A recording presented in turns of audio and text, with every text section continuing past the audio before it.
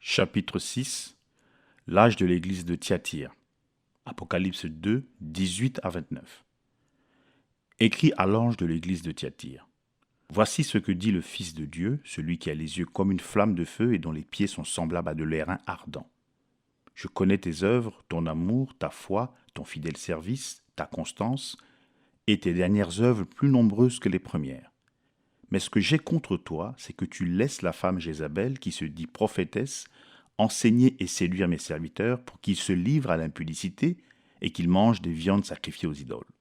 Je lui ai donné du temps afin qu'elle se repentît, et elle ne veut pas se repentir de son impudicité. Voici, je vais la jeter sur un lit et envoyer une grande tribulation à ceux qui commettent adultère avec elle, à moins qu'ils ne se repentent de leurs œuvres. Je ferai mourir de mort ses enfants, et toutes les églises connaîtront que je suis celui qui sonde les reins et les cœurs, et je vous rendrai à chacun selon vos œuvres. À vous, à tous les autres de Thyatire qui ne reçoivent pas cette doctrine, et qui n'ont pas connu les profondeurs de Satan, comme il les appelle, je vous dis, je ne mets pas sur vous d'autres fardeaux. Seulement, ce que vous avez, retenez-le jusqu'à ce que je vienne. À celui qui vaincra et qui gardera jusqu'à la fin mes œuvres, je donnerai autorité sur les nations. Il les pètera avec une verge de fer, comme on brise les vases d'argile, ainsi que moi-même j'en ai reçu le pouvoir de mon Père. Et je lui donnerai l'étoile du matin. Que celui qui a des oreilles entende ce que l'Esprit dit aux églises. Thyatire. Historiquement, la cité de Thyatire était la moins remarquable des 7 cités de l'Apocalypse. Elle se trouvait aux confins de la Mysie et de l'Ionie. Plusieurs cours d'eau passaient à proximité, mais ils étaient tous pleins de sangsues. Son trait le plus marquant était la richesse économique que lui apportaient les corporations de potiers, de tanneurs, de tisserands, de teinturiers, de tailleurs, etc. Lydie, la vendeuse de pourpre, était originaire de cette ville. Elle fut la première convertie de Paul en Europe. Si l'Esprit a choisi cette ville comme celle qui contenait déjà les éléments spirituels qui allaient caractériser le 4e âge, c'est à cause de sa religion. La religion dominante à Thyatire était le culte d'Apollon Tyrimné, associé au culte de l'empereur. Apollon était le dieu soleil, le second en puissance après Zeus son père. On l'appelait celui qui détourne le mal. Il gouvernait le droit religieux et l'expiation, le moyen de réparer ses fautes et sa culpabilité. Platon disait de lui, il explique aux hommes l'institution des temples, des sacrifices et du service des dieux, ainsi que des rites liés à la mort et à la vie postérieure. Il communiquait aux hommes sa connaissance de l'avenir et la volonté de son père à travers les prophètes et les oracles. À Thyatire, ce rite était présidé par une prophétesse qui s'asseyait sur une chaise à 3 pieds et qui entrait en transe pour apporter ses messages. Cette religion avait une emprise extraordinaire. Sa formidable puissance ne provenait pas seulement du domaine du mystère, mais elle provenait aussi du fait que l'on ne pouvait pas être membre de l'une des corporations qui permettaient de gagner sa vie sans pratiquer le culte d'Apollon. Tous ceux qui refusaient de se joindre à ces fêtes idolâtres et à ces orgies licencieuses étaient exclus de ces syndicats du 1er siècle. Pour participer à la vie sociale et commerciale, il fallait pratiquer le paganisme idolâtre. Chose fort remarquable, le nom même de Thyatire signifie femme dominatrice. Ainsi, cet âge se caractérise par une femme dominatrice, une force brute qui envahit tout, qui soumet tout et qui exerce un contrôle despotique. Or, une femme dominatrice, c'est la plus grande malédiction du monde. L'homme le plus sage que le monde ait jamais connu était Salomon, et il a dit « Je me suis appliqué dans mon cœur à connaître, à sonder et à chercher la sagesse et la raison des choses, et à connaître la folie de la méchanceté et la stupidité de la sottise. Et j'ai trouvé plus amère que la mort la femme dont le cœur est un piège et un filet, et dont les mains sont des liens. Celui qui est agréable à Dieu lui échappe, mais le pécheur est pris par elle. Voici ce que j'ai trouvé, dit l'Ecclésiaste, en examinant les choses une à une pour en saisir la raison. Voici ce que mon âme cherche encore, et que je n'ai point trouvé. J'ai trouvé un homme entre 1000, mais je n'ai pas trouvé une femme entre elles toutes. Ecclésiaste 7, 25 à 28. Paul disait, je ne permets pas à la femme d'enseigner ni de prendre l'autorité. Depuis le Jardin d'Éden, la femme a toujours cherché, et avec succès d'ailleurs, à prendre le contrôle de l'homme. Aujourd'hui même, nous sommes dans le monde de la femme. Témoin la déesse de l'Amérique qui est une femme nue. Comme l'idole féminine qui tombait du ciel, rappelez-vous que ses bras étaient des barres de fer, caractérisait le premier âge, celui d'Éphèse, de même la puissance de la femme s'est accrue jusqu'à ce qu'elle ait acquis une autorité absolue, une autorité qu'elle a usurpée par son tempérament de fer. Or, la femme n'est pas faite pour avoir un tempérament de fer. Selon les Saintes Écritures, elle doit être soumise à l'homme. Cela lui est ordonné. Une femme qui est vraiment femme, qui est entièrement femme, aura ce genre de tempérament-là. Sans être un paillasson, Aucun homme qui se respecte ne ferait d'une femme un paillasson. Seulement, elle voudra être soumise à l'autorité et non pas dominer l'homme, car c'est lui le chef de la maison. Si elle s'écarte de ce modèle que Dieu a établi pour elle, elle est pervertie. Et tout homme qui permet à la femme de prendre l'autorité s'écarte aussi de ce modèle, et il est perverti. C'est pourquoi une femme ne peut pas porter des vêtements d'homme ni se couper les cheveux. Elle ne doit jamais porter des vêtements d'homme ni se couper les cheveux. En le faisant, elle envahirait le domaine de l'homme, elle prendrait autorité et elle se pervertirait. Et quand une femme s'empare de la chair, ce qu'elle a ordre de ne pas faire, alors elle montre de quel esprit elle est animée. Être une femme dominatrice, c'est antichrist. Et les semences de l'Église catholique romaine sont en elle, bien qu'elle le nie avec véhémence. Mais quand il s'agit de la parole, que Dieu soit reconnu pour vrai et toute parole d'homme pour un mensonge. Amen. Retournons au commencement. Dans la création physique originelle, telle que nous la connaissons aujourd'hui, Dieu a tout créé par paires, mâle et femelle. Les volailles par deux, coq et poule, le bétail par deux, vache et taureau, et ainsi de suite. Mais pour ce qui est de l'homme, il n'y en avait qu'un seul. Ce n'était pas un couple. Adam avait été créé à l'image de Dieu. Il était un fils de Dieu. Étant un fils de Dieu, il ne pouvait pas être tenté et tombé. Cela aurait été impossible. Dieu a donc dû tirer de l'homme un produit dérivé pour provoquer la chute. La femme n'est pas issue directement de la main de Dieu comme un véritable produit de Dieu. Elle a été faite à partir de l'homme. Et quand Dieu l'a formée à partir de l'homme, alors elle était bien différente des autres femelles qu'il avait créées. Elle pouvait être séduite. Aucune autre femelle dans la création ne peut être immorale, mais la femme peut être touchée n'importe quand ou presque. C'est cette faiblesse en elle qui a permis à Satan de la séduire au moyen du serpent et qui a mis la femme dans une position très particulière vis-à-vis de Dieu et de sa parole. Elle est le type de tout ce qui est vulgaire, vil et répugnant d'une part, et d'autre part, elle est le type de tout ce qui est pur, beau et saint, étant le réceptacle de l'esprit et des bénédictions de Dieu. D'une part, elle est appelée la prostituée qui est ivre du vin de ses fornications. D'autre part, elle est appelée l'épouse de Christ. D'une part, elle est appelée la Babylone mystère, l'abomination devant Dieu. D'autre part, elle est appelée la Nouvelle Jérusalem, notre mère. D'une part, elle est tellement vile, méchante et obscène qu'elle est jetée sans ménagement dans les temps de feu, qui est le seul endroit qui puisse lui convenir. Et d'autre part, elle est élevée jusqu'aux cieux pour partager le trône même de Dieu, qui est le seul endroit qui soit digne d'une telle reine. Et dans cet âge de l'église de Thyatire, elle est une femme dominatrice. Elle est la Babylone mystère, elle est la grande prostituée, elle est Jézabel, la fausse prophétesse. Pourquoi ? Parce qu'une vraie femme est soumise à Dieu. Christ est sa tête. Elle n'a pas d'autre parole que la sienne, pas d'autre pensée que les siennes, pas d'autre conduite que la sienne. Mais qu'en est-il de cette Église ? Elle a rejeté la parole et détruit les Bibles ainsi que les précieux écrits d'hommes pieux. Elle a mis à mort ceux qui prêchaient la vérité. Elle a pris le pouvoir sur les rois, les princes et les nations. Elle contrôle les armées et elle affirme qu'elle est le véritable corps de Christ et que ses papes sont les vicaires du Christ. Elle est entièrement séduite par le diable, au point qu'à son tour, elle en séduit d'autres. Elle est l'épouse de Satan et elle a produit des religions bâtardes issues de lui. Sa domination est prolongée tout au long de l'âge des ténèbres.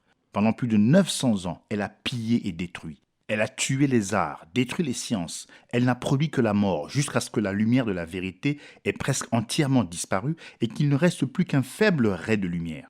L'huile et le vin avaient presque cessé de couler.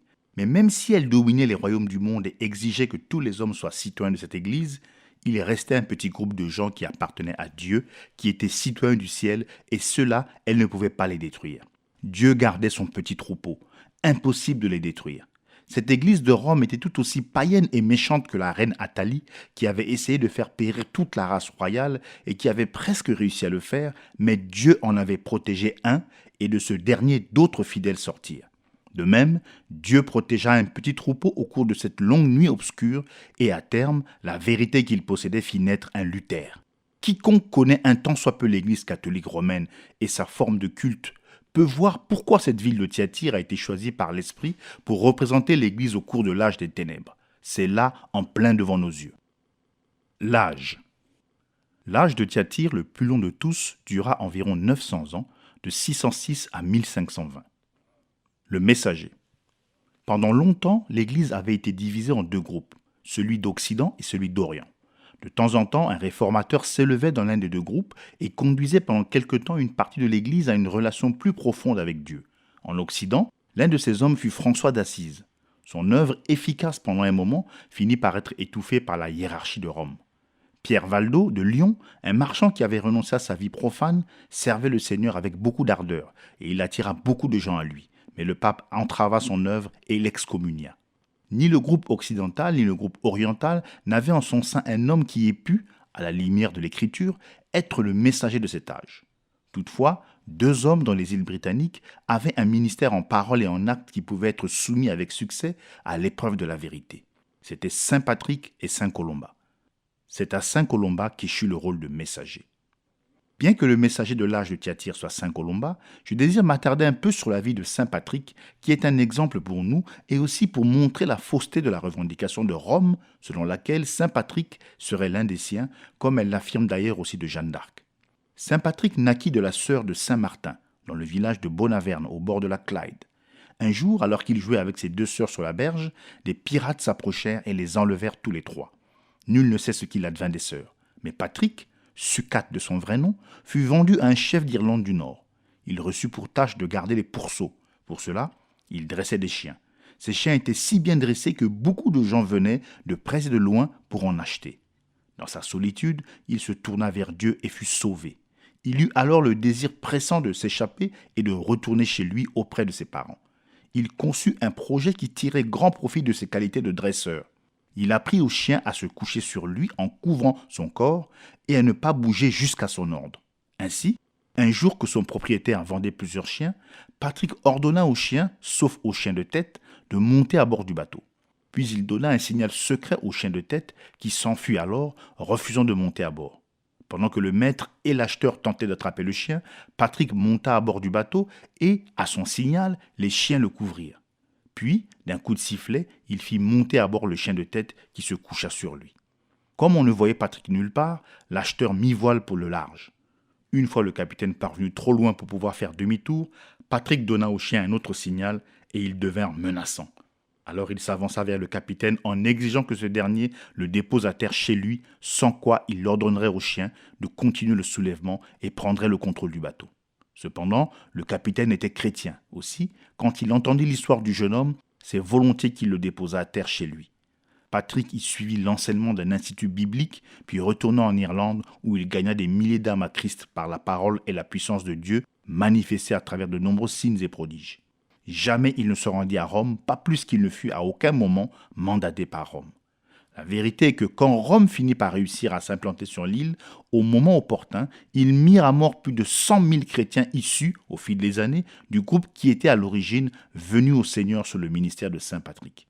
Environ 60 ans après la mort de Saint Patrick, naquit Colomba dans le comté de Donegal en Irlande du Nord. Il appartenait à la famille royale des Fergus. Il devint un érudit brillant et consacré, connaissant par cœur la plus grande partie des Écritures. D'une voix audible, Dieu l'appela à être missionnaire.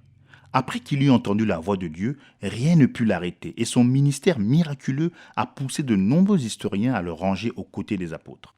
Son ministère fut si glorieux, accompagné de grands signes surnaturels, que certains, surtout des têtes pensantes à Rome, ont cru exagérer les récits qu'on en avait faits. Au cours d'un de ses voyages missionnaires, en s'approchant d'une ville fortifiée, il trouva les portes closes pour l'empêcher d'entrer. Il éleva la voix en prière pour que Dieu intervienne et lui ouvre l'accès auprès des gens pour prêcher. Mais pendant qu'il priait, les magiciens de la cour firent un grand vacarme pour le déranger. Il entonna alors un psaume. Alors qu'il chantait, Dieu amplifia tellement le volume de sa voix qu'il couvrit les cris des païens. Soudain, les portes s'ouvrirent brusquement d'elles-mêmes. Colomba entra, prêcha l'évangile et gagna beaucoup d'âmes au Seigneur. Une autre fois, alors qu'on l'avait encore empêché d'entrer dans un village, comme il se mettait en route pour repartir, le fils du chef tomba gravement malade. Comme il était à l'article de la mort, on alla rapidement quérir Saint Colomba. Ce dernier prononça la prière de la foi et le garçon fut guéri instantanément.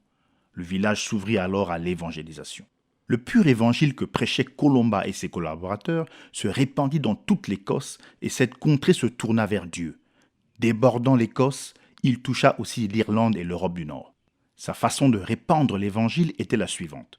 Un groupe d'une douzaine d'hommes, sous la conduite d'un chef, se rendait dans une région non encore touchée par l'évangile et y fondait une véritable petite ville centrée sur l'évangile. Parmi ces 12 hommes, on trouvait des menuisiers, des enseignants, des prédicateurs, etc. Tous merveilleusement versés dans la parole et menant une vie sainte. Cette petite colonie était entourée d'un mur. Avant longtemps, cette enceinte était entourée de maisons habitées par les étudiants et leurs familles. Ces étudiants étudiaient la parole et se préparaient à partir au service du Seigneur comme missionnaires, comme conducteurs spirituels et comme prédicateurs. Ces hommes pouvaient se marier, bien que beaucoup s'en soient abstenus pour pouvoir mieux servir Dieu. En ne demandant aucune subvention de l'État, ils restèrent à l'écart de la politique. Au lieu d'attaquer sans cesse les autres religions, ils enseignaient la vérité, car ils croyaient que la vérité était une arme suffisante pour parvenir aux fins auxquelles Dieu les avait appelés. Ils étaient tout à fait indépendants de Rome. Saint Colomba fut le fondateur d'un grand institut biblique sur l'île d'Hii, au large de la côte sud-ouest de l'Écosse. Quand il y arriva, l'île était si aride et rocailleuse qu'elle n'aurait pas suffi à les nourrir tous. Mais Colomba planta la semence d'une main en levant l'autre main en prière. Aujourd'hui, l'île est l'une des plus fertiles au monde. De cette île centrée sur la Bible sortirent de puissants enseignants revêtus de sagesse et de la puissance de Dieu. En lisant l'histoire de ce grand serviteur de Dieu et de l'œuvre merveilleuse qu'il a accomplie, j'eus le cœur attristé de voir que la puissance papale, avide de soumettre tous les hommes à son emprise, vint ensuite souiller ses champs de mission et détruire la vérité telle qu'elle avait été enseignée par Colomba. La salutation. Apocalypse 2,18. Voici ce que dit le Fils de Dieu, celui qui a les yeux comme une flamme de feu et dont les pieds sont semblables à de l'airain ardent. La révélation de la divinité pour cet âge de Thyatire, c'est que Jésus est le Fils de Dieu. Autrefois, au jour de sa chair, il fut connu comme le Fils de l'homme. Mais à présent, ce n'est plus selon la chair que nous le connaissons.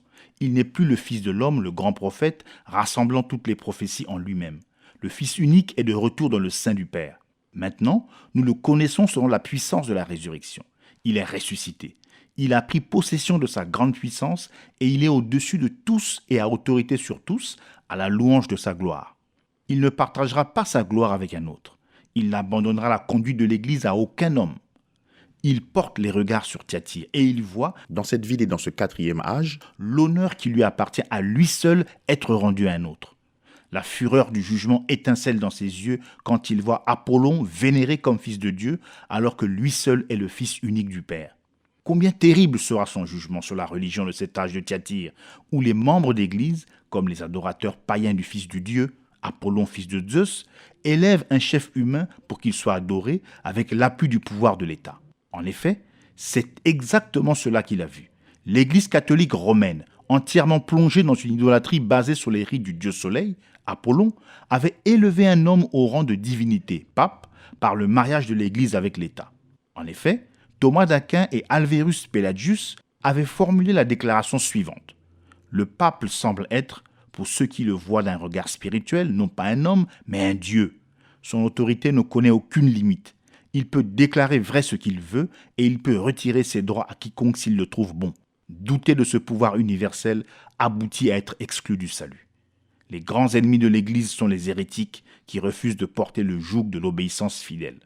Il y a un seul médiateur entre Dieu et les hommes, Jésus-Christ homme, le Fils de Dieu. 1 Timothée 2,5. Mais le pape à Rome a changé la parole. Il l'a remplacé par un seul médiateur entre Dieu et l'homme et non les hommes. C'est donc maintenant lui qui fait la médiation entre le médiateur et les hommes. Seulement, il n'y a pas d'autre médiateur que le Fils.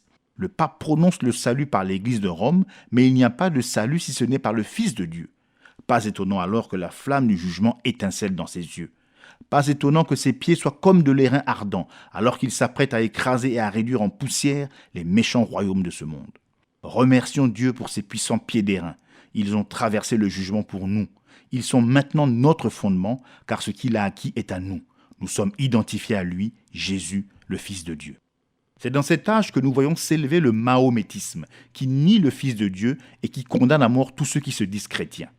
C'est également dans cet âge que la fausse Église défia le premier commandement du Dieu Tout-Puissant, puis se hâta d'enfreindre le second en installant le pape à la place de Jésus-Christ et en instaurant le culte des idoles et en l'imposant avec une force telle que ceux qui refusaient de faire une place aux icônes dans l'Église devaient mourir. Sous le seul règne de l'impératrice Théodora, de 842 à 867, plus de 100 000 saints furent mis à mort parce qu'ils n'accordaient aucune valeur au statut. Assurément, cet âge doit se repentir sous peine de tout perdre. Voici le Seigneur de gloire, Dieu, Dieu lui-même. Sa parole est laissée de côté, sa personne est rejetée, mais les mains humaines et les cœurs humains ne peuvent pas le détrôner. Ils ont beau le renier, lui demeure fidèle. Ne crains point, petit troupeau, car votre Père a trouvé bon de vous donner le royaume. Quand je viendrai avec les pieds d'airain et les yeux flamboyants, je rétribuerai. À moi la vengeance, à moi la rétribution, dit l'Éternel. L'éloge. Apocalypse 2, 19. Je connais tes œuvres et ton amour, et ta foi, et ton service, et ta patience, et tes dernières œuvres qui dépassent les premières. Nous retrouvons ici le même commentaire en introduction. Je connais tes œuvres. Le Fils de Dieu lui-même a dit, croyez en moi à cause de mes œuvres. Quand il était sur terre, il a insisté tout particulièrement sur ses œuvres. Les œuvres qu'il a faites étaient prévues par Dieu pour inspirer la foi en lui. Elles constituaient une grande partie de son ministère. Son Saint-Esprit dans l'apôtre Paul disait « Car nous sommes son ouvrage, ayant été créés en Jésus-Christ pour de bonnes œuvres que Dieu a préparées d'avance, afin que nous les pratiquions. » Éphésiens 2, 10. Ces œuvres avaient pour objet d'inspirer la foi en lui en démontrant cette relation avec lui que Paul définit comme ayant été créée en lui. Or, les œuvres ne peuvent pas remplacer la foi en Dieu pour notre salut. Mais les œuvres manifesteront la foi que nous avons déjà placée en lui. Les bonnes œuvres ne peuvent pas vous sauver, mais elles proviendront d'une vie sauvée comme fruit pour le Seigneur. Je crois dans les bonnes œuvres. Même si un homme n'est pas sauvé, il doit faire de bonnes œuvres. Il doit faire de son mieux. Ce qui est horrible aux yeux de Dieu, c'est que des hommes fassent des œuvres mauvaises pour ensuite dire qu'ils accomplissent la volonté du Seigneur. C'est ce que faisaient les évêques, les papes et la hiérarchie de Rome. Ils commettaient des meurtres, des mutilations et toutes sortes de mauvaises choses au nom du Seigneur. Ils vivaient des vies tout à fait à l'opposé de ce qu'enseigne la parole. Dans ce mauvais jour, les vrais croyants brillaient comme une lampe dans un lieu obscur, en faisant constamment le bien. En effet, ils répondaient à la malédiction par la bénédiction, et ils agissaient selon la vérité pour honorer Dieu, même si beaucoup d'entre eux l'ont payé de leur vie. Dans ce verset, il félicite ses enfants parce qu'ils vivaient une vie changée. Leurs œuvres témoignaient d'un esprit nouveau à l'intérieur. Les hommes ont vu leurs bonnes œuvres et ont glorifié Dieu. Oui, monsieur, si vous êtes chrétien, vous ferez ce qui est bien. Vos œuvres montreront que votre cœur est juste. Et ce ne sera pas un vernis rajouté, car vous ferez sa volonté, même quand seul Dieu vous voit, et vous ferez sa volonté même au prix de votre vie. Je connais ton amour et ta foi et ton service et ta patience. Vous remarquerez que leur amour se trouve placé entre les œuvres et le service. C'est bien l'endroit qui lui convient, car sans amour, nos œuvres ne sont pas acceptées par Dieu, et notre service non plus. Paul disait en s'adressant aux Corinthiens, « Sans l'amour, je ne suis rien. Et ce que je fais ne sert à rien si ce n'est pas fait dans l'amour. » Or, vous voyez ici que ces croyants n'étaient pas de la catégorie de ces Nicolaïtes qui faisaient des œuvres pour parvenir au salut ou pour être admirés des hommes. C'est par l'amour de Dieu, répandu dans leur cœur par le Saint-Esprit, qu'ils accomplissaient leurs œuvres. Cet amour qui était dans leur cœur, c'était l'amour de Dieu pour les siens. Jésus a dit, « À ceux-ci tous connaîtront que vous êtes mes disciples, si vous avez de l'amour les uns pour les autres. » Les païens, en voyant la vie des premiers chrétiens, disaient « Voyez comme ils s'aiment !» Jean a dit « Quiconque aime est né de Dieu. » 1 Jean 4, 7. J'aimerais maintenant vous donner un avertissement. Il est dit au sujet des derniers jours que l'amour du plus grand nombre se refroidirait à cause de l'accroissement de l'iniquité. Dans l'âge de la Odyssée, le dernier âge, l'amour de soi-même et l'amour des choses matérielles prendront la place du véritable amour de Dieu. Nous devons nous mettre en garde contre la puissance du péché dans ces derniers jours. Tant de gens s'endurcissent parce qu'ils ne sont pas conscients de l'effet de l'esprit de ce dernier âge. Il est temps de nous approcher de Dieu et de le laisser remplir nos vies de son amour, sinon nous sentirons la froideur de l'Église du dernier jour et nous rejetterons la vérité de Dieu qui seul peut nous aider. À travers ces années sombres et redoutables, la vraie vigne a gardé son amour pour Dieu et pour ses frères. Dieu les a félicités de cela. Je connais ton service. Jésus a dit, « Le plus grand de tous est le serviteur de tous. » Un homme plein de sagesse a commenté cette phrase. Voici ce qu'il disait. Seule l'histoire prouvera que cette affirmation est vraie. Cet homme avait raison. Tous les vrais grands hommes de l'histoire étaient des serviteurs. Ceux qui exigeaient d'être servis, ceux qui opprimaient, ceux qui convoitaient toujours les places de chef, ceux-là ont fini dans la honte. Même les hommes très riches sont condamnés par Dieu quand ils n'ont pas su bien utiliser leur richesse. Mais examinez l'histoire et vous verrez que les grands hommes, les vrais, ont été ceux qui servaient les autres. L'histoire n'a jamais de grandes choses à dire de ceux pour qui l'on a fait beaucoup, mais elle louera toujours ceux qui ont fait beaucoup pour les autres. Maintenant, appliquons cela à nous-mêmes. Comme le Fils de l'homme est venu, non pour être servi, mais pour servir, de même nous devons suivre son exemple. Regardez-le se pencher sur les pieds des apôtres et laver ses pieds sales et fatigués. Il dit, « En ce moment, vous ne comprenez pas ce que je fais, mais vous le comprendrez bientôt. Mais ce que vous me voyez faire, vous devez le faire aussi. » Il s'est fait serviteur pour que Dieu puisse l'élever au plus haut. Et un jour, au jugement des saints, nous l'entendrons dire, « C'est bien, bon et fidèle serviteur, entre dans la joie du Seigneur. » C'est difficile d'être toujours un serviteur. Mais ceux qui se dépensent sans compter pour les autres s'assiéront un jour avec lui sur son trône. Ce jour-là, ils seront récompensés de leurs efforts. Travaillons pour notre Maître tandis qu'il fait encore jour. Parlons de son amour et de sa bonté. S'il nous trouve à notre poste, plein de zèle et plein d'amour, à l'appel de la trompette, je serai prêt. Je connais ta foi. Il ne dit pas ici comme à l'église de Pergame, tu tiens ferme ma foi. Ici, il ne parle plus de sa foi à lui, mais il les félicite pour leur fidélité. En même temps, il parle aussi de leur patience. Or, la fidélité et la patience vont ensemble. En fait, la patience, c'est le produit de la fidélité, car il est dit dans Jacques 1,3, « L'épreuve de votre foi produit la patience. » Il n'y a absolument aucun autre moyen d'obtenir la patience. Elle doit venir par l'épreuve de notre foi. Romains 5,3. La tribulation produit la patience. Nous pouvons voir dans Jacques 1,4 combien Dieu apprécie ce produit de notre patience. Mais il faut que la patience accomplisse parfaitement son œuvre afin que vous soyez parfaits et accomplis sans faillir en rien. La volonté de Dieu pour nous, c'est la perfection. Et cette perfection, c'est la patience. De s'attendre à Dieu et d'attendre Dieu. C'est ainsi qu'on développe le caractère. Quel grand éloge Dieu fait de ces saints de l'âge des ténèbres. Patients comme des agneaux qu'on mène à l'abattoir, ils servirent Dieu avec amour et fidélité. Tout ce qu'ils attendaient de la vie, c'était de servir leur Seigneur. Quelle glorieuse récompense ils se sont préparés. Je connais tes dernières œuvres qui dépassent les premières. C'est là quelque chose de vraiment remarquable. Alors que les ténèbres de l'âge s'épaississaient, alors que la liste du tableau d'honneur des martyrs s'allongeait de jour en jour, ils redoublaient d'ardeur au travail, de zèle pour le service et de foi. Quelle tragédie cela avait été de voir diminuer l'amour dans l'âge d'Éphèse.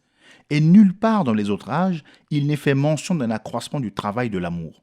Dans cet âge-ci, en revanche, dans le plus sombre de tous les âges, il redoublait d'ardeur à le servir. Quelle leçon! Ce service offert par amour au Seigneur ne cesse pas, bien au contraire, il augmente. Voilà le secret. Que l'ennemi essaie de nous empêcher de servir le Seigneur, notre réponse est « servons-le d'autant plus ». Quand les faibles gémissent de terreur, c'est le moment de crier victoire. Je connais tes dernières œuvres qui dépassent les premières. Comme nous l'avons déjà dit, cet âge est appelé l'âge des ténèbres parce que c'est bien la période la plus sombre de l'histoire. C'était l'âge du pape Innocent III qui revendiqua le titre de vicaire du Christ, souverain suprême de l'Église et du monde, et qui institua l'Inquisition. Sous son règne, cette dernière versa plus de sang que toute autre époque. Nous excluons la Réforme. C'était l'âge de la pornocratie, du règne des courtisanes. Serge III avait une maîtresse et il remplit le cœur papal de ses maîtresses et de ses fils illégitimes et fit du palais du pape une caverne de voleurs. Anastase III mourut étranglé par Marozia, la maîtresse de Serge. Jean XI était le fils illégitime de Marozia. Jean XII était le petit-fils de Marozia et il violait les veuves et les vierges et il fut tué en plein acte d'adultère par un mari furieux. C'était l'époque du schisme papal où deux lignées de papes, l'une à Avignon, l'autre à Rome, se maudissaient et se combattaient mutuellement. Ces papes n'étaient pas seulement coupables d'actes sexuels immoraux, avoir d'innombrables enfants illégitimes, se livrer à la sodomie, etc., mais ils se rendirent également coupables de vendre les fonctions sacerdotales aux plus offrants. Jamais la lumière n'a lu aussi faiblement que dans cet âge, et pourtant les quelques croyants de cet âge travaillèrent avec d'autant plus de ferveur que les ténèbres s'épaississaient, et bien que vers la fin de l'âge beaucoup s'élevèrent pour tenter des réformes. La ferveur de leurs efforts ouvrit le chemin pour la réforme à venir. C'est pourquoi, comme le dit la parole au sujet de cet âge, tes dernières œuvres, celles de la fin de l'âge, dépassent les premières. Le mot Thyatire a plusieurs sens, parmi lesquels celui de sacrifice continuel. Beaucoup croient voir ici une annonce prophétique de la pratique de la messe, qui est une présentation continuelle du sacrifice de Christ. C'est une excellente idée, mais ce nom peut aussi signifier le sacrifice continuel dans la vie et dans le travail des véritables croyants du Seigneur. Bien sûr, ces saints de Thyatire étaient la fine fleur de la moisson, remplie du Saint-Esprit et de foi, créés pour des bonnes œuvres, publiant sa louange, n'ayant pas d'égard pour leur propre vie, mais abandonnant tout avec joie comme un sacrifice agréable au Seigneur. la réprimande. Apocalypse 2:20. Mais ce que j'ai contre toi, c'est que tu tolères la femme Jézabel qui se dit prophétesse, enseigner et séduire mes serviteurs pour qu'ils se livrent à l'impudicité et qu'ils mangent des viandes sacrifiées aux idoles. Avec ce verset, j'aimerais que vous preniez le verset 23 pour trouver la preuve d'une grande vérité sur laquelle j'attire votre attention depuis le début. Je ferai mourir de mort ces enfants, et toutes les églises connaîtront que je suis celui qui sonde les reins et les cœurs. Je n'ai cessé de répéter qu'il y a en fait deux églises, bien que dans chaque âge, l'Esprit parle aux deux comme si elles n'étaient qu'une seule. Ici, il est dit clairement qu'il y a des églises, et il est dit tout aussi clairement que certaines de ces églises, de toute évidence, ne savent pas qu'il est celui qui sonde les reins et les cœurs. Il va le leur prouver. Or, quelles sont les églises qui ne connaissent pas cette vérité ? Bien sûr, c'est le groupe de la fausse vigne, puisque les vrais croyants savent assurément que le jugement commence dans la maison de Dieu, et, comme ils craignent Dieu, ils se jugent eux-mêmes pour ne pas devoir être jugés. Or, pourquoi Dieu appelle-t-il siennes ces églises qui sont pourtant la fausse vigne ? La vérité, c'est que ce sont des chrétiens. Mais ce ne sont pas des chrétiens de l'esprit, ce sont des chrétiens de la chair. Ils portent ce nom en vain. Marc 7:7. C'est en vain qu'ils m'honorent, en donnant des préceptes qui sont des commandements d'hommes. Mais ils sont bien des chrétiens. Que pourrait-il être d'autre ? Un musulman est un musulman. Peu importe comment il la vit, c'est sa religion. Parce qu'il souscrit en théorie aux enseignements du Coran. De même, un chrétien est un chrétien, tant qu'il souscrit au fait que Jésus est le Fils de Dieu, né d'une vierge, qu'il a été crucifié, qu'il est mort et est ressuscité, qu'il est le sauveur de l'humanité, etc. En fait, dans l'âge de l'Odyssée, il y aura des gens qui se nomment chrétiens parce qu'ils souscrivent aux belles qualités de Jésus tout en se réservant le droit de nier sa divinité. Les adhérents de la science chrétienne l'ont déjà fait, de même que bien d'autres qui prêchent un évangile social. C'est un chrétien de nom et il appartient à l'Église. Mais ce n'est pas un vrai croyant, un croyant spirituel. Ce genre de croyant, c'est celui qui a été baptisé dans le corps de Christ et qui est un des membres de son corps. Mais néanmoins, c'est l'ordre de Dieu que l'ivraie croisse avec le blé et il ne faut pas l'arracher. Dieu l'a ordonné ainsi. Un jour arrive où ils seront liés et brûlés, mais ce n'est pas encore le temps. Donc, l'Esprit parle à cette assemblée mélangée. D'une part, il loue, de l'autre, il réprimande. Il a dit ce qu'il y a de bon chez le vrai croyant. Maintenant, il avertit la fausse vigne, lui disant ce qu'elle doit faire pour pouvoir se tenir justifiée devant le Seigneur. La femme Jézabel. L'apôtre Jacques nous a montré quelles sont les voies du péché. Jacques 1, 14 et 15. Mais chacun est tenté quand il est attiré et amorcé par sa propre convoitise. Puis la convoitise, lorsqu'elle a conçu, enfante le péché. Et le péché étant consommé, produit la mort.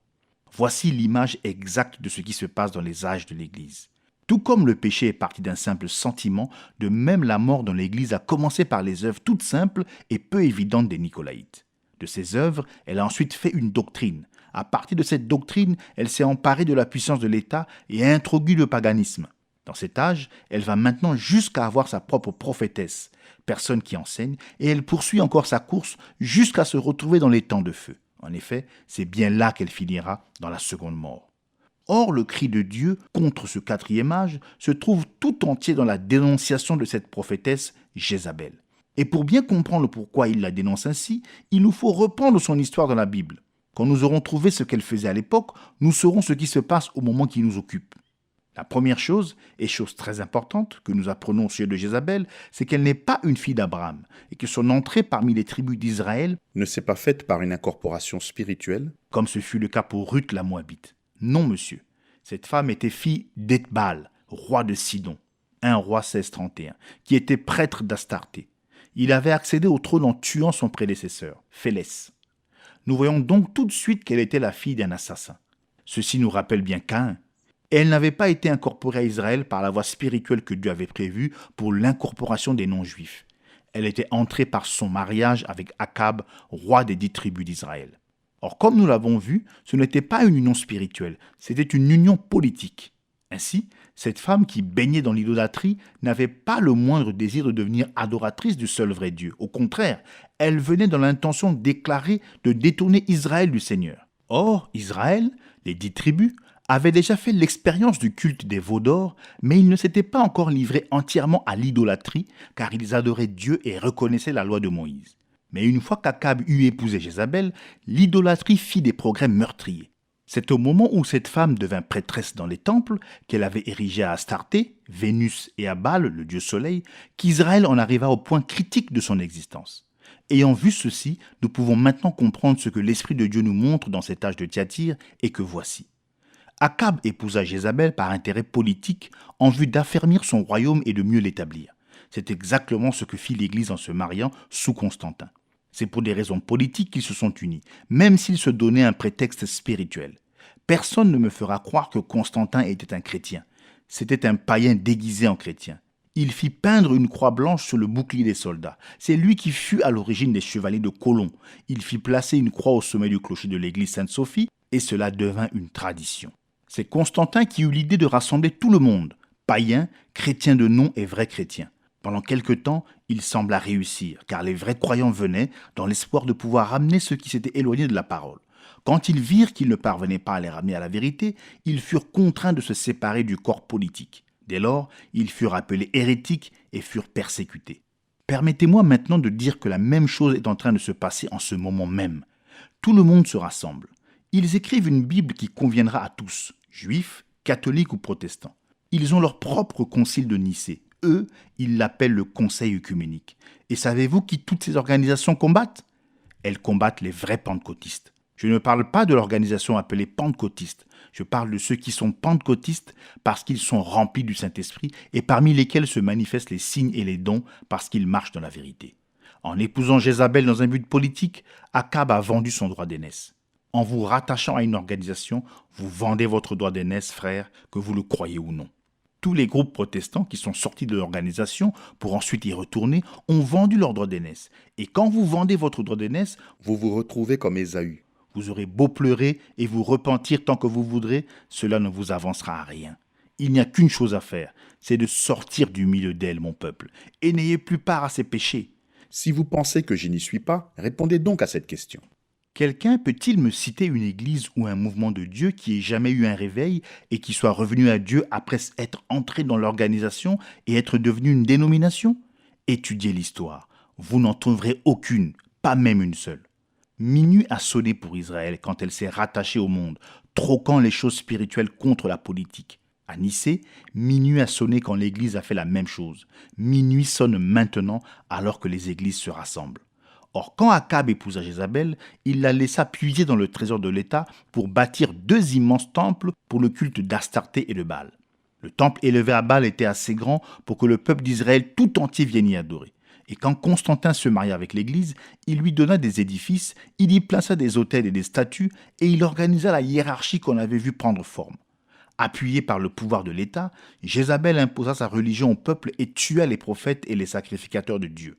L'heure était si sombre qu'Élie, le messager de ce jour-là, pensait qu'il ne restait plus que lui. Cependant, Dieu s'en était réservé 7000 qui n'avaient pas fléchi le genou devant Baal. Et maintenant même, au milieu de ces dénominations baptistes, méthodistes, presbytériennes, etc., il en reste qui en sortiront et qui reviendront à Dieu. Sachez bien que je ne suis pas contre les personnes et que je ne l'ai jamais été. C'est à la dénomination, au système de l'organisation que je m'oppose. Je suis obligé de m'y opposer car Dieu hait cela. Faisons maintenant une pause pour récapituler ce que nous avons vu du culte tel qu'on le pratiquait à Thyatire.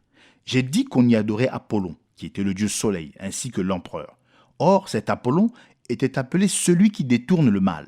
Il détournait le mal pour qu'il ne frappe pas les gens. Il les bénissait et il était pour eux un vrai dieu.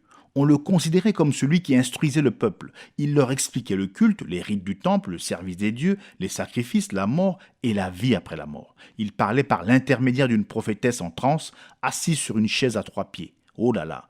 Vous le voyez? Voilà cette prophétesse appelée Jézabel et elle instruit le peuple.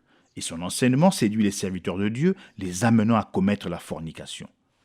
Or, la fornication, c'est le culte des idoles. Voilà le sens spirituel du mot. C'est une union illégale. L'union d'Akab et l'union de Constantin étaient toutes les deux illégales. Tous les deux ont commis la fornication spirituelle. Tous les fornicateurs se retrouveront dans les temps de feu, Dieu l'a dit. Ainsi, l'enseignement de l'Église catholique, Église au féminin, c'est une femme, nie la parole de Dieu. Le pape, qui est vraiment Apollon en version moderne, a enseigné aux gens à s'attacher aux idoles. L'Église de Rome est maintenant devenue une fausse prophétesse pour les gens parce qu'elle a privé les gens de la parole du Seigneur pour leur donner ses propres idées sur la nature du pardon des péchés et la façon d'obtenir les bénédictions de Dieu. Les prêtres sont même allés jusqu'à affirmer bien haut leur pouvoir, non seulement pendant la vie, mais également dans la mort. Ils enseignent de leur propre chef l'existence d'un purgatoire alors qu'on ne trouve pas cela dans la parole. Ils enseignent qu'on peut sortir du purgatoire et aller au ciel à l'aide de prières, de messes et d'argent. Tout le système qui repose sur son enseignement est faux. Il n'est pas basé sur le solide fondement de la révélation de Dieu dans sa parole, mais il est basé sur les sables mouvants de ses propres contre-vérités diaboliques. L'Église est passée tout de suite de l'organisation à la dénomination et de là aux faux enseignements. C'est exact. Les catholiques romains ne croient pas que Dieu est dans sa parole. Non, monsieur. S'ils le croyaient, il leur faudrait se repentir et revenir sur leur position, mais ils disent que Dieu est dans son Église. Dans ce cas, la Bible serait l'histoire de l'Église catholique. Il n'en est pas ainsi. Voyez ce qu'ils ont fait, ne serait-ce que du baptême d'eau. D'un baptême chrétien qu'il était, ils en ont fait un baptême païen dans des titres. Permettez-moi de vous raconter ce qui m'est arrivé une fois avec un prêtre catholique. Une jeune fille que j'avais autrefois baptisée s'est convertie au catholicisme, alors le prêtre voulut m'interroger à son sujet. Il me demanda de quel baptême elle avait été baptisée. Je lui répondis que je l'avais baptisée du baptême chrétien, du seul qui exista à ma connaissance. Je l'avais ensevelie dans l'eau au nom du Seigneur Jésus-Christ. Le prêtre me fit remarquer qu'il fut un temps où l'Église catholique faisait de même.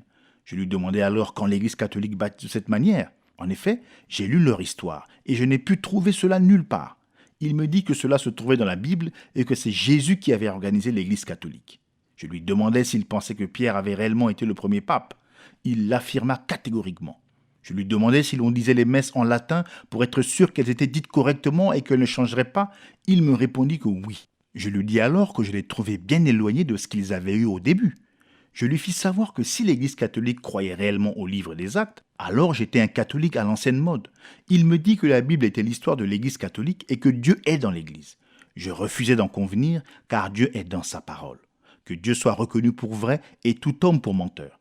Si vous retranchez ou que vous ajoutez à ce livre, Dieu a promis qu'il frappera de fléau ceux qui ajoutent et qu'il retranchera leur part du livre de vie à ceux qui osent en retrancher quoi que ce soit.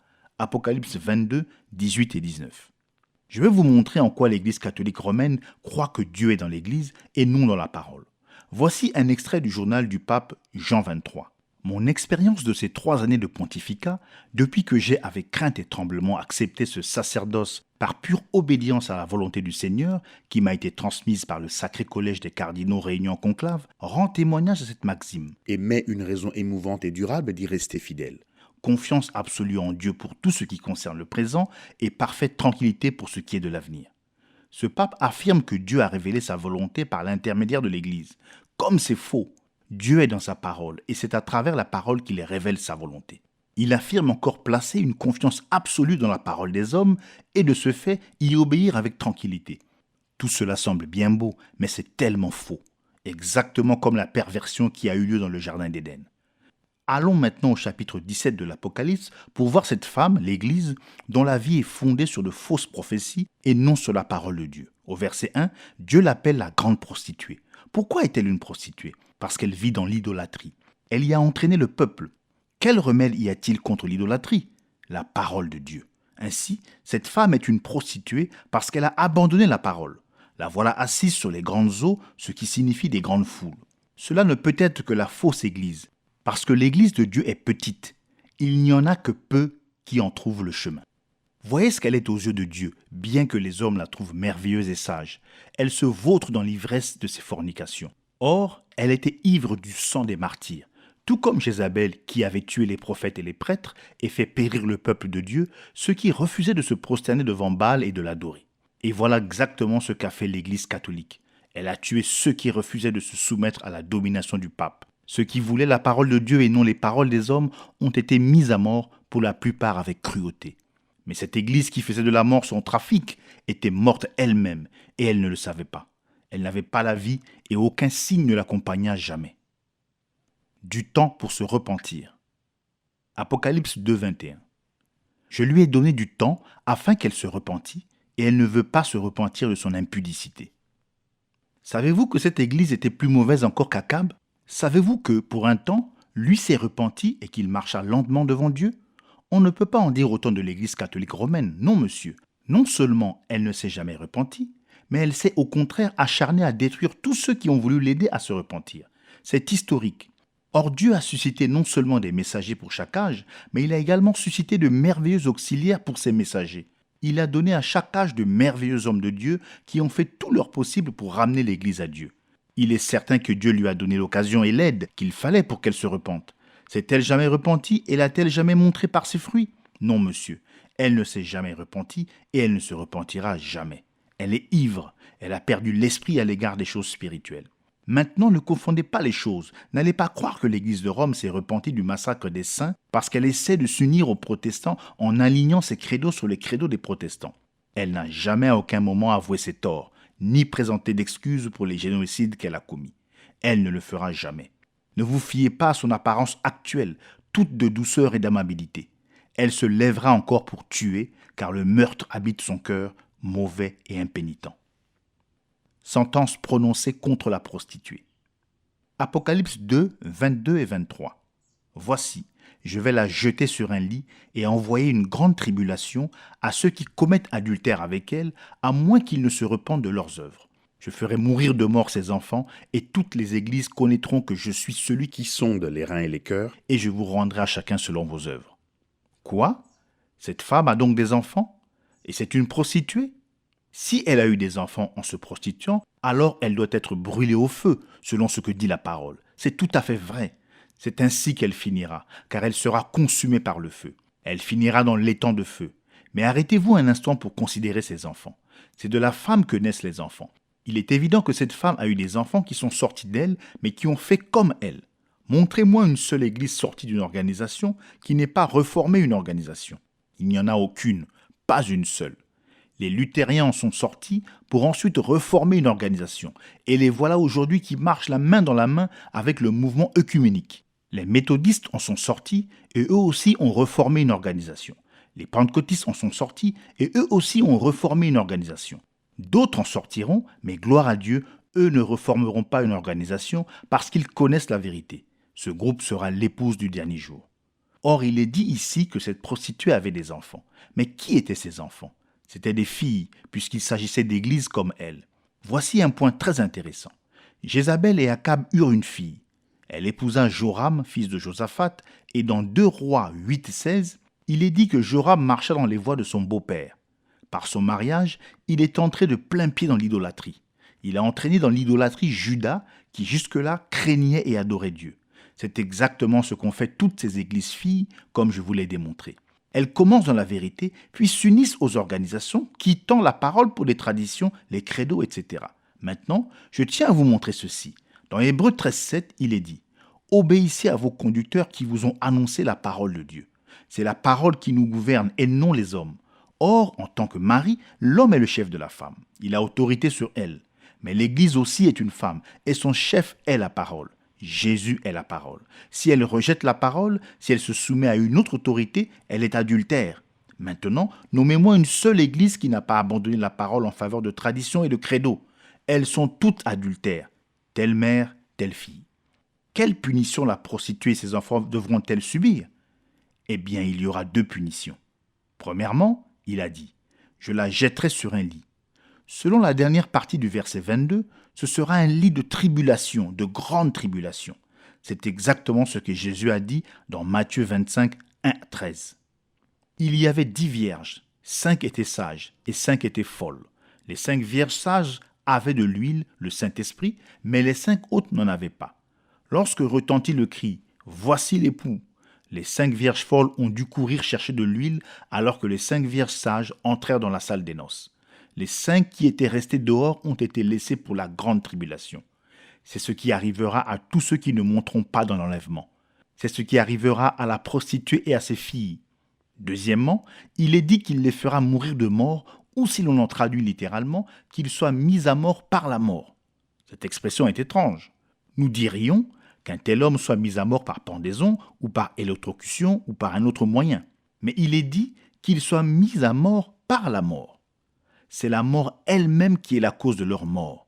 Je voudrais que vous compreniez ceci clairement. Aussi vais-je reprendre notre illustration de la fille de Jézabel, entrant par mariage dans la maison de Juda, y introduisant ainsi l'idolâtrie, ce qui a fait que Dieu livre Juda à la mort. C'est aussi ce qu'a fait Balaam. Donc voici Jézabel avec son paganisme. Là-bas, Juda rend à Dieu un culte agréé et vit selon la parole. Alors Jézabel marie sa fille à Joram. À l'instant même, Joram conduit son peuple à l'idolâtrie. Dès que ce mariage s'est fait, Juda est mort. La mort spirituelle est entrée. Dès que la première église de Rome s'est organisée, elle est morte. Dès que les luthériens se sont organisés, la mort s'est installée et ils sont morts. En dernier lieu sont venus les pentecôtistes qui se sont organisés. L'Esprit les a quittés, bien qu'ils refusent de le croire, mais il les a quittés. Ce mariage a apporté la mort. Ensuite est venue la lumière de l'unité de la divinité. Eux aussi se sont organisés et ils sont morts. Puis, après que le feu de Dieu est descendu sur la rivière Ohio en 1933, un mouvement de réveil de guérison s'est répandu dans le monde entier. Mais il n'était pas issu d'une organisation. Dieu a agi en dehors des groupes pentecôtistes, en dehors des mouvements organisés, et ce qu'il fera à l'avenir se fera également en dehors des mouvements organisés. Dieu ne peut pas se servir des morts pour agir. Il ne peut agir que par les membres vivants. Ces membres vivants sont hors de Babylone. Ainsi, vous voyez, la mort ou l'organisation est entrée et l'Église est morte, ou, pour être plus clair, la mort s'est installée là où, peu de temps auparavant, seule régnait la vie. De même qu'à l'origine, Ève a apporté la mort à l'espèce humaine, ainsi maintenant, l'organisation a apporté la mort car l'organisation est le produit de deux corrupteurs, le nicolaïsme et le baalamisme, propagés par la prophétesse Jézabel. Or, Ève aurait dû être brûlée, et le serpent avec elle, à cause de leur terrible geste. Mais Adam est intervenu et il a tout de suite pris Ève avec lui pour qu'elle soit sauvée. Mais quand cette religion satanique aura achevé son parcours au travers des âges, il n'y aura personne pour intervenir et elle sera brûlée avec son séducteur car la prostituée et ses enfants avec l'Antichrist et Satan auront leur part dans les temps de feu. Ici, je voudrais faire un saut en avant. Je devrais peut-être réserver ce que je vais dire pour le message qui traite du dernier âge, mais il me semble bon de l'apporter maintenant parce que ce que je vais vous citer parle avec tant de clarté de l'organisation et de ce qui arrivera par elle. Et je désire vous mettre en garde. Apocalypse 13, 1 à 18. Et je me tins sur le sable de la mer. Puis je vis monter de la mer une bête qui avait 10 cornes et 7 têtes. Et sur ses cornes 10 diadèmes et sur ses têtes des noms de blasphème. La bête que je vis était semblable à un léopard. Ses pieds étaient comme ceux d'un ours et sa gueule comme une gueule de lion. Le dragon lui donna sa puissance et son trône et une grande autorité. Et je vis l'une de ses têtes comme blessée à mort, mais sa blessure mortelle fut guérie. Et toute la terre était dans l'admiration derrière la bête. Et ils adorèrent le dragon parce qu'il avait donné l'autorité à la bête. Et ils adorèrent la bête en disant « Qui est semblable à la bête et qui peut combattre contre elle ?» Et il lui fut donné une bouche qui proférait des paroles arrogantes et des blasphèmes. Et il lui fut donné le pouvoir d'agir pendant 42 mois. Et elle ouvrit sa bouche pour proférer des blasphèmes contre Dieu, pour blasphémer son nom, son tabernacle et ceux qui habitent dans le ciel. Il lui fut donné de faire la guerre aux saints et de les vaincre. Il lui fut donné autorité sur toute tribu, tout peuple, toute langue et toute nation. Et tous les habitants de la terre l'adoreront, ceux dont le nom n'a pas été écrit dans le livre de vie de l'agneau qui a été immolé dès la fondation du monde. Si quelqu'un a les oreilles, qu'il entende. Si quelqu'un mène en captivité, il ira en captivité. Si quelqu'un tue par l'épée, il faut qu'il soit tué par l'épée. C'est ici la persévérance et la foi des saints. Puis je vis monter de la terre une autre bête qui avait 2 cornes semblables à celles d'un agneau et qui parlait comme un dragon. Elle exerçait toute l'autorité de la première bête en sa présence. Et elle faisait que la terre et ses habitants adoraient la première bête dont la blessure mortelle avait été guérie. Elle opérait de grands prodiges jusqu'à faire descendre du feu du ciel sur la terre à la vue des hommes. Et elle séduisait les habitants de la terre par les prodiges qui lui étaient donnés d'opérer en présence de la bête, disant aux habitants de la terre de faire une image de la bête qui avait la blessure de l'épée et qui vivait. Et il lui fut donné d'animer l'image de la bête, afin que l'image de la bête parlât, et qu'elle fit que tous ceux qui n'adoraient pas l'image de la bête fussent tués. Et elle fit que tous, petits et grands, riches et pauvres, libres et esclaves, reçussent une marque sur leur main droite ou sur leur front, et que personne ne put acheter ni vendre sans avoir la marque, le nom de la bête ou le nombre de son nom. C'est ici la sagesse, que celui qui a de l'intelligence calcule le nombre de la bête, car c'est un nombre d'hommes, et son nombre est 666. Ce chapitre nous montre la puissance de l'Église catholique romaine et ce qu'elle fera par l'organisation. Souvenez-vous, c'est la fausse vigne. Qu'elle prononce le nom du Seigneur, elle le fait toujours dans un esprit de mensonge. Elle n'est pas sous la direction du Seigneur, mais de Satan. Elle finit par s'identifier complètement à la bête. La prostituée, montée sur la bête écarlate, montre clairement que sa puissance vient du Dieu de la violence, Satan, et non de notre Dieu, le Seigneur Jésus-Christ. D'après le verset 17, il est parfaitement clair qu'elle prendra la haute main sur tout le commerce de la terre, car personne ne peut acheter ni vendre sans passer par elle. Apocalypse 18, 9 à 17 en donne confirmation, car ces versets montrent à quel point elle est engagée avec les rois, princes et marchands, qui sont tous impliqués avec Rome pour le commerce. Dans Apocalypse 13, 14, nous apprenons que la bête étend son influence au moyen de l'image qu'on lui a faite. Cette image qui a été faite, c'est un conseil œcuménique mondial dans lequel toutes les églises organisées vont s'unir aux catholiques romains, ce qu'ils sont déjà en train de faire. Il se pourrait fort bien que cette union s'effectue en vue de mettre fin à la puissance du communisme. Mais puisque le communisme, tout comme Nebuchadnezzar, a été suscité pour brûler la chair de la prostituée, Rome sera vaincue et détruite. Notez bien que partout où l'Église catholique s'est installée, le communisme a suivi. Il doit en être ainsi. Et je vous avertis maintenant, n'allez pas croire que le communisme soit votre seul ennemi. Non, monsieur, vous avez un plus grand ennemi encore, c'est l'Église catholique. Maintenant, lisons Apocalypse 13, 1 à 4 et comparons avec Apocalypse 12, 1 à 5. Apocalypse 13, 1 à 4. Puis je vis monter de la mer une bête qui avait 10 cornes et 7 têtes, et sur ses cornes 10 diadèmes, et sur ses têtes des noms de blasphème. La bête que je vis était semblable à un léopard, ses pieds étaient comme ceux d'un ours, et sa gueule comme une gueule de lion. Le dragon lui donna sa puissance et son trône, et une grande autorité. Et je vis l'une de ses têtes comme blessée à mort, mais sa blessure mortelle fut guérie, et toute la terre était dans l'admiration derrière la bête. Et ils adorèrent le dragon parce qu'il avait donné l'autorité à la bête, et ils adorèrent la bête en disant « Qui est semblable à la bête, et qui peut combattre contre elle ?» Apocalypse 12, 1 à 5. Un grand signe parut dans le ciel. Une femme enveloppée du soleil, la lune sous ses pieds, et une couronne de 12 étoiles sur sa tête. Elle était enceinte. Et elle criait, étant en travail et dans les douleurs de l'enfantement. Un autre signe parut encore dans le ciel, et voici, c'était un grand dragon rouge, ayant 7 têtes et 10 cornes, et sur ses têtes 7 diadèmes. Sa queue entraînait le tiers des étoiles du ciel et les jetait sur la terre. Le dragon se tint devant la femme qui allait enfanter, afin de dévorer son enfant lorsqu'elle aurait enfanté. Elle enfanta un fils, qui doit paître toutes les nations avec une verge de fer. Et son enfant fut enlevé vers Dieu et vers son trône. Satan et sa religion satanique sont dans ces deux bêtes. Dans Apocalypse 14, la bête dont la blessure mortelle fut guérie est la Rome impériale païenne qui est tombée sous les coups des barbares et qui avait perdu par là sa puissance temporelle. Mais elle l'a retrouvée dans la Rome papale, le voyez-vous ? La nation qui imposait son règne en écrasant tout sur son passage et qui était devenue l'empire le plus puissant qu'on ait jamais vu, a fini par être mortellement blessée. La puissance matérielle qu'elle possédait par la force des armes, entre autres, était perdue. Mais sous Constantin, elle a repris vie, car la Rome papale s'est infiltrée partout dans le monde et elle dispose d'un pouvoir absolu. Elle se sert des rois et des marchands, et la puissance mortelle de sa religion et de son empire financier lui permettent de gouverner comme déesse de notre âge. Elle est aussi le dragon qui se tenait devant la femme pour dévorer son enfant. Hérode avait essayé de tuer le Seigneur Jésus, mais il a échoué. Plus tard, Jésus a été crucifié par des soldats romains, mais maintenant, il a été élevé sur le trône. Dès lors, faites le rapprochement entre ce que je viens de dire et la vision de Daniel. La partie de la statue décrite en dernier, c'était les pieds qui représentaient la dernière puissance mondiale. Ils étaient de fer et d'argile. Vous voyez, le fer, c'est l'Empire romain. Mais il n'est plus maintenant en fer massif. De l'argile y est mélangée. Pourtant, il est là, conduisant les affaires du monde, tant dans les démocraties que dans les pays à régime plus despotique. L'Église catholique est dans chaque nation, elle est mêlée à tout.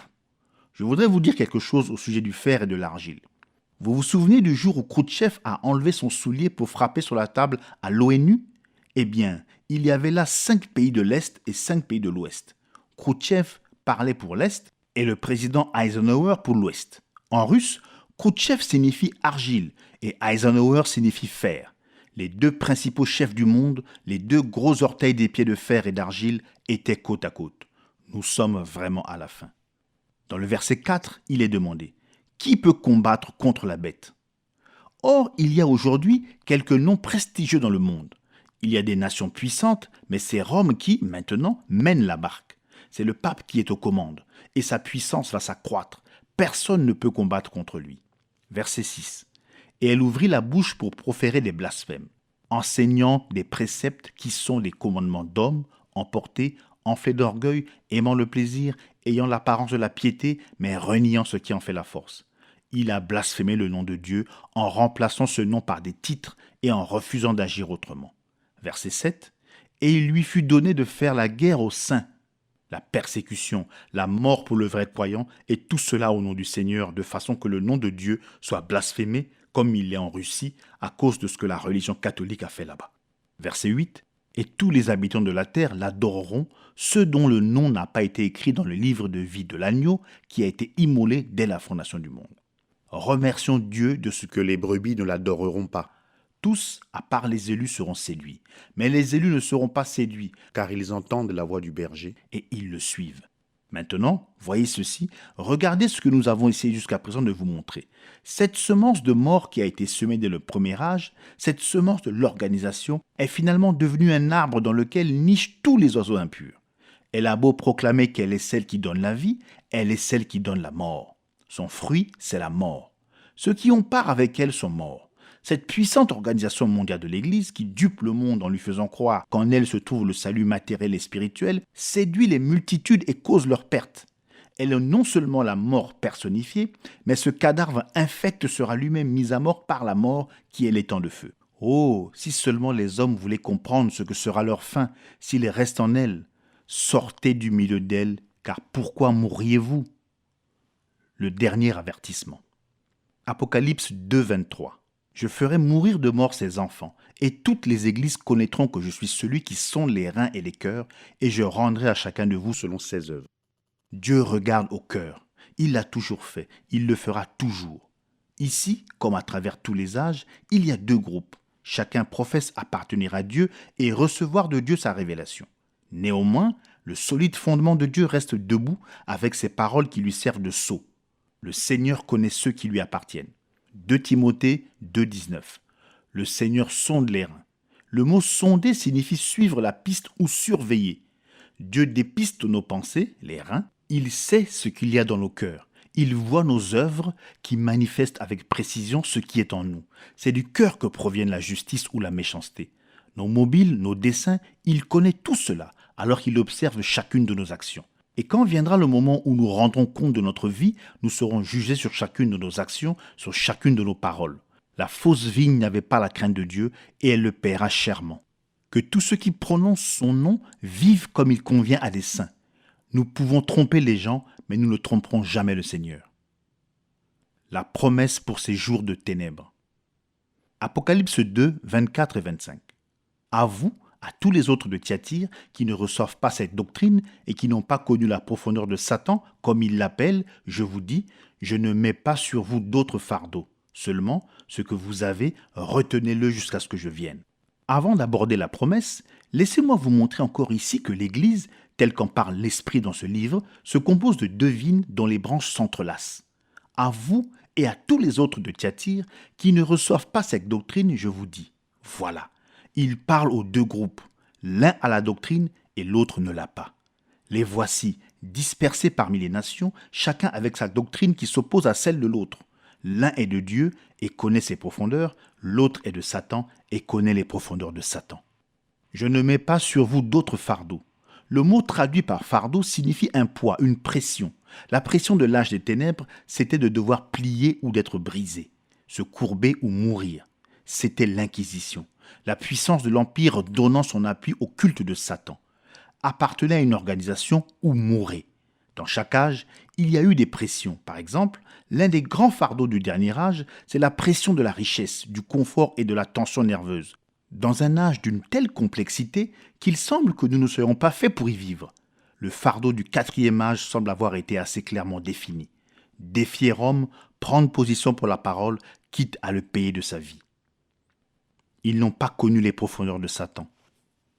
Il semble que les commentateurs aient laissé ce verset de côté, parce qu'ils n'ont pas compris de quelle doctrine ou de quelles expériences il est question ici. En réalité, Il n'est pas difficile de comprendre de quoi il s'agit. Voyons d'abord ce qu'est la profondeur de Dieu. La profondeur de Satan, c'est l'opposé. Éphésiens 3,16.